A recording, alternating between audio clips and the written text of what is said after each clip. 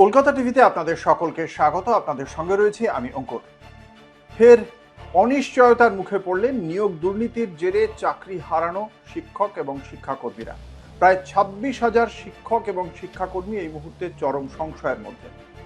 Supreme কোর্টের পক্ষ থেকে জানানো হয়েছিল যে 31শে অগস্টের মধ্যে এই সমস্ত শিক্ষক এবং শিক্ষাকর্মীদের নিয়োগ দেওয়ার জন্য যে নথি যাচাই প্রক্রিয়া, সেই প্রক্রিয়া 31শে অগস্টের মধ্যে শেষ করতে হবে। কিন্তু সেই প্রক্রিয়া শেষ করার বিষয়ে সমস্যা তৈরি করেছে পশ্চিমবঙ্গ মধ্যশিক্ষা পর্ষদের একটি বিজ্ঞপ্তি। পশ্চিমবঙ্গ মধ্যশিক্ষা পর্ষদের পক্ষ থেকে বিজ্ঞপ্তি জারি করে বলা হয়েছে 12, 13 এবং 17 অগস্ট এই কর্মসূচি হচ্ছে না, এবং এই কর্মসূচি না হওয়ার ফলে 31শে অগস্টের মধ্যে সেই কাজ তাদের নিয়োগের যে নথি যাচাই প্রক্রিয়া তা যদি সম্পূর্ণ না হয়, তাহলে 31শে অগস্টের পর থেকে এই 26,000 শিক্ষক তারা আর বেতন পাবেন না। ফলে খুব স্বাভাবিকভাবেই উদ্বিগ্ন তারা।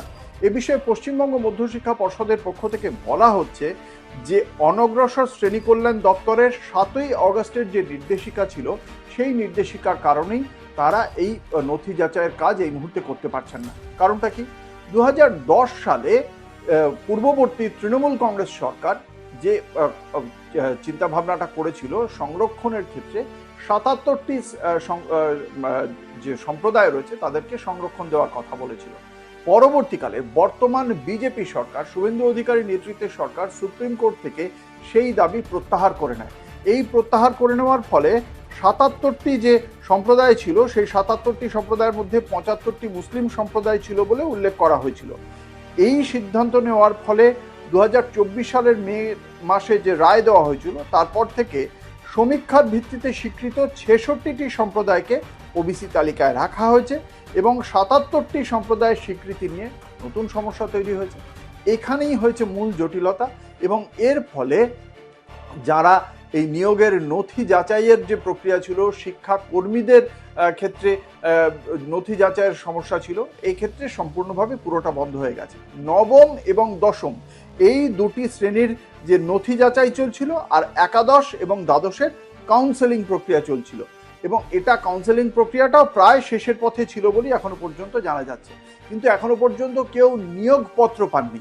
এই অ্যাপয়েন্টমেন্ট লেটার না পাওয়ার কারণে তারা সকলেই চিন্তার মধ্যে রয়েছেন। আর 31শে অগস্টের মধ্যে টাইম শেষ হয়ে যাবে। এক্ষেত্রে দুটি সম্ভাবনা বেঁচে থাকছে এই শিক্ষক এবং শিক্ষাকর্মীদের সামনে। এক, যে সময়সীমা দেওয়া হয়েছিল 31 অগস্ট, সুপ্রিম কোর্টের কাছে গিয়ে 31শে অগস্টের যে ডেডলাইন সেটা বাড়ানোর জন্য আবেদন করা, এবং এর পাশাপাশি যদি নির্ধারিত সময়ের মধ্যে যদি নিয়োগটা শেষ করতে হয়, তাহলে রাজ্য সরকার যদি সেখানে কিছু উদ্যোগ নিয়ে 31শে অগস্টের মধ্যে নথি যাচাইয়ের কাজ শেষ করে, সেটা একটা জায়গা। আর নইলে সুপ্রিম কোর্ট যে ডেডলাইনটা দিয়েছিল, সময়সীমাটা দিয়েছিল 31শে অগস্ট, সেটা যদি সুপ্রিম কোর্ট বাড়িয়ে দেয়। এই দুটি অপশন ছাড়া এই মুহূর্তে শিক্ষকদের কাছে অন্য কোনো বিকল্প নেই, যে কারণে তারা এই মুহূর্তে চরম উদ্বেগের মধ্যে দিন কাটাচ্ছেন যে 31শে অগস্টের মধ্যে নথি যাচাই না হলে তারা অথৈ সাগরে পড়বেন, তাদের বেতন বন্ধ হয়ে যাবে।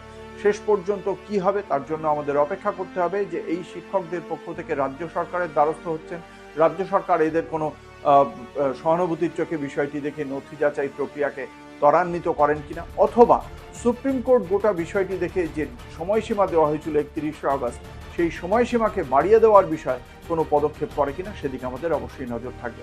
এবং সেই খবর জানতে গেলে আপনাদের তাকিয়ে থাকতে হবে কলকাতা টিভির পর্দায় রাত দিন 7 দিন।